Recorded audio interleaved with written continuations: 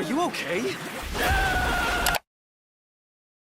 It's incredible how this episode is so full of suspense when there isn't even a real antagonist throughout its duration. I used to have an anime club with my friends. Geeky, I know. We'd go to each other's houses and watch a few episodes of anime every Saturday. One particular Saturday, my girlfriend at the time attended. She wasn't an anime fan at the time. She was pretty skeptical why 5 guys would sit in a room every Saturday to watch Japanese cartoons. All of our girlfriends were skeptical, to be honest. I don't remember much about that night, but I do distinctly remember her wanting to watch more JoJos after we finished Diamond Is Unbreakable episode 10. Let's go eat some Italian food. This episode starts off like a horror movie. There's a shadowy figure hacking away at some kind of animal, or maybe even what used to be a human being, because this straight up looks like intestines. He's doing all of this with what appears to be a kitchen knife. There's a dog barking in the background as we juxtapose to Josuke and Okuyasu scrolling through town when they stumble across an Italian restaurant. Outside of the shop, it states that this restaurant is diner dependent, whatever that means. The chef walks out and introduces himself as Tonio Trasandri? Let's go with Trasandri. That was the worst Italian accent ever. Since I'm a basic East End lad, we're just gonna call him Tony. Tony walks out, and you've gotta love the dub voice actors for trying their hand at accents. I am originally from Italy. My name is Tonio Trendi. Okuyasu asks for the menu, and bro gets the shocker of a lifetime when Tony reveals that we don't use those. Apparently, each dish served is dependent on who the customer is. That sign suddenly makes a lot more sense. Okuyasu is shocked as he asks a good question. What kind of restaurant doesn't allow the customer to choose what they want to eat? This is where things begin to get weird. With just a glance, Tony is able to examine that Okuyasu had diarrhea last night. With a further touch, he's able to ascertain that Okuyasu's intestinal walls are inflamed and he's sleep deprived. At this point, you're probably spooked out. I know I was. Brody mentioned intestines, and minutes earlier, he was hacking away at these things like he was Kratos. With a touch of Okuyasu's left hand, Tony goes on to explain Okuyasu's right foot is infected with a fungus. He has 2 cavities and his shoulder is stiff. This right here is taking the anime characters examine themselves like they are doctors trope way too far. I think my right ass cheek ruptured. Okuyasu is shocked because each one of Tony's diagnoses is spot on. The pair sip some of the water and it's so good Okuyasu starts crying tears. This is where we're introduced to one of the strengths of this episode, body horror. Okuyasu wasn't just crying because he's in his soft guy era, drizzle drizzle. A whole river of tears starts pouring out of this man's face. Then, the white part of his eye starts to scrunch up. Talk about nightmare fuel. My ex was freaked out at this point, but I found this absolutely hilarious because this is my second time watching this episode. Tony explains this was 50,000-year-old mineral water from Mount Kilimanjaro. That shit's gotta be expensive. The same effect doesn't happen to Josuke because he got a good amount of sleep last night. Things are getting tense as Josuke questions Tony, then suddenly Okuyasu springs up to declare that his eyes are all better. Look, he has more spring in his step than AJ does. They continue on to the next dish, and I'm not even going to try to announce the name of this. I'm just going to call it fancy soup salad. What I love about this is just the level of detail here. They go to the trouble of actually listing out each ingredient with specific amounts needed to make the dish. I checked the manga and Araki listed the same details. This guy truly is a man of culture. Okuyasu eats the dish and does his best impersonation of professional prick Gordon Ramsay. That is until he bites into a tomato and this happens. Oh my god! This scene gets me every time. For such a dumbass, Okuyasu sure does have an incredible gift of being able to gracefully articulate the flavors of the food he is eating. Who knew this blockhead was a foodie? Josuke finally wants to eat some of the food too, and Okuyasu teases him like the prick he is. Since Josuke is jealous, he orders the same thing as Okuyasu, which brings us to the next awesome part of this episode. It feels like a non-battle shonen anime. It's insane how JoJo's, which is a shonen battle anime, switches up into a non-battle shonen akin to Food Wars in the space of an episode. This isn't the only time this happens in this series, but it just goes to show the versatility of storytelling Araki is capable of.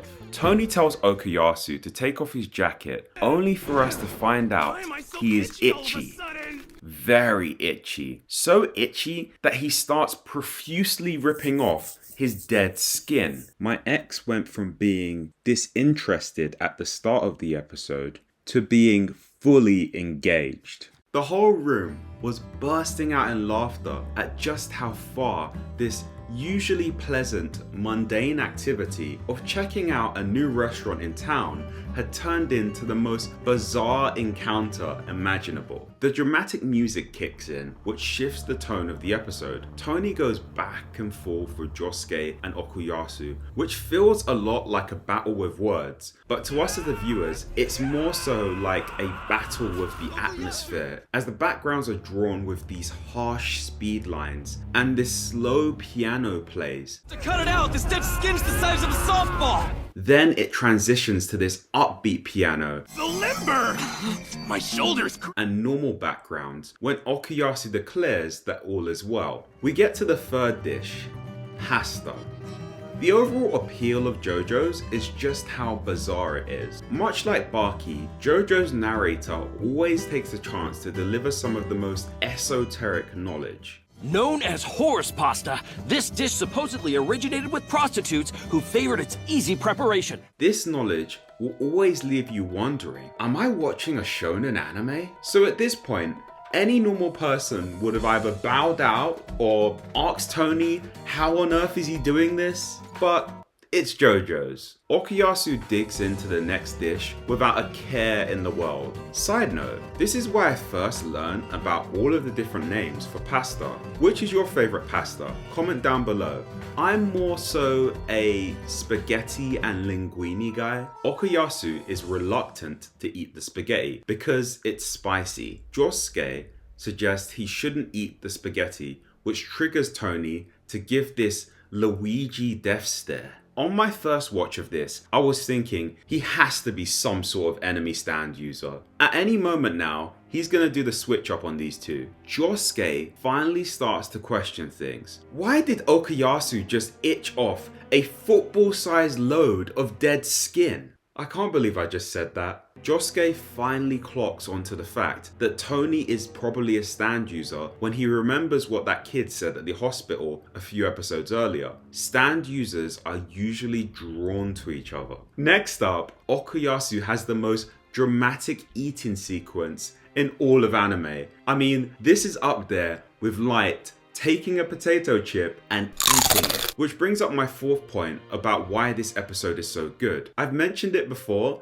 but this episode is pure comedy. JoJo's in general is pretty funny, but this one always has me in stitches. I remember at this point, we had to pause the episode a few times because something about Okuyasu slurping these noodles down his throat like his life depends on it is just hilarious to watch. That is, until his tooth shoots out of his mouth, revealing the cavity that Tony mentioned earlier. Another one shoots to the ceiling like it was trying to pierce the heavens. We are left to watch Okuyasu with his mouth open, screaming in pain. Ugh, this makes me gag every time. His tooth grew back, you know, because that's the gimmick of this episode, but that's when Josuke has had enough. He uses Crazy Diamond to revert the spaghetti back to its original ingredients so he can suss out what on earth is going on. However, these tomato-looking stands appear. The music gets tense again, only for us to find out Okuyasu is in intense pain again. Josuke knows something is up, so he rushes to the kitchen to see that Tony has the next meal prepared.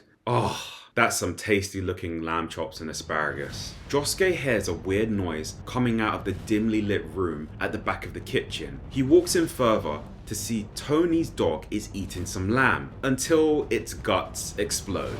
What the fuck? In classic JoJo style, the color palette changes up entirely. Josuke reacts with a question that's on all of our minds. What? Only for Tony to hear him. Tony dashes knives at him like he was Isaiah from Durara, but this subpar aim only gets him a door shot. Tony is angry. He slowly storms towards Josuke, badgering him. Did you see it? Did you see? Then the dog's guts explode even more. At this point, we are really leaning into the body horror. Josuke has no choice but to confront the deranged chef. However, he turns back to find Okuyasu is eating the lamb that was left on the table. The musical score really carries this scene. What are you eating now?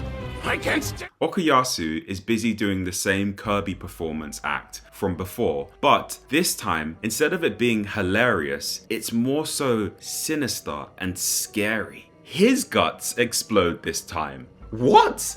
The crazy chef is behind Josuke with a block, and at this point, I'm shitting a brick, as this scene reaches the same level of intensity of the bird episode from part 3. Tony does his best Eggman impression as he says, "I'm putting an end to this!" only for him to stop. Instead of a smash your face up gesture, he appears to be in a giving gesture. The color palette has totally changed back to normal. This is another reason why I love this episode. Araki and David Pro have mastered the anime tonal shift. You know, in shows where they'll have a dramatic moment and then suddenly they'll either shift to a comedic moment or even a reveal. Usually this is done to relieve tension. However, my complaint is that sometimes it feels rather jarring. This episode leans into that jarring effect entirely, but somehow it works. The dramatic tonal shift adds to the mystery aspect of this episode. We still don't know this chef's motivations, and we've only got a couple of minutes until the ending kicks in. It turns out Tony did his best Eggman impression just to say, "Wash your disgusting hands with soap." That is the correct reaction to this information. The whole time, Tony is only pissed because Josuke entered the kitchen without permission, therefore compromising the hygiene standards for the culinary chef. We cut back to Okuyasu only for him to declare his insides are good. Pause. And in a last act of stupidity, this blockhead declares that his diarrhea is gone. We switch back to the light piano track and everything is revealed. Tony's true intention is to feed his customers well. He is basically a bizarre but way less horny version of Sanji from One Piece. He just wanted them to have a good meal. This is where things get super interesting and it just adds to the lore and the world of JoJo. Josuke reveals his stand to confirm if Tony is a fellow stand user. Tony is shocked that someone else has similar powers to him. He is totally oblivious to the world of stands. This is genius to me. Of course, not everyone who has a stand in this world is going to be aware of its origins or even that other people have them. I love that they explored this, even if it was just for a bit. The ending is bittersweet. Josuke receives punishment for entering the kitchen without permission, so he has to scrub the kitchen. Okuyasu eats a dessert, and in a bonus act of stupidity, he says this: "My athlete's foot is gone!" Talk about TMI. At this point, all of us in unison said, "That was a great episode." This brings me to the final reason why I adore this episode. Up until this point, just like my ex, you don't need any prior knowledge of this episode to enjoy it. That's the strength of part 3 and part 4. Barring the final arcs of the series and a couple of 2-part stories where you need to watch both episodes for it to make sense, You can start at any episode and still get a ton of enjoyment out of them. I disagree with Moist Critical's stance on JoJo's Part 4. I hate Part 4. Part 4, it's my least favorite genre of all slice of life. It was like all slice of life until Kira, and then it was Right. good. So it finishes strong, and I hated everything before it. It's these kind of stupid slice of life episodes that make me feel connected to the town of Morio. As the plot slowly unfolds and you find out there has been a killer lurking in the shadows, wreaking havoc in this town for years, which gets so bad that the same murderer kills one of the characters you just met in one of these seemingly insignificant slice of life episodes. Because of this, the stakes for the final arc feel so real and so full of consequence. While this may change as I'm an anime only, JoJo's Bizarre Part 4 is my favorite for this reason. I feel like I know so much about this shitty little town because of all of the little touches Araki puts into making it feel like a real place. Like having a lot of the episodes start off with that catchy little radio jingle.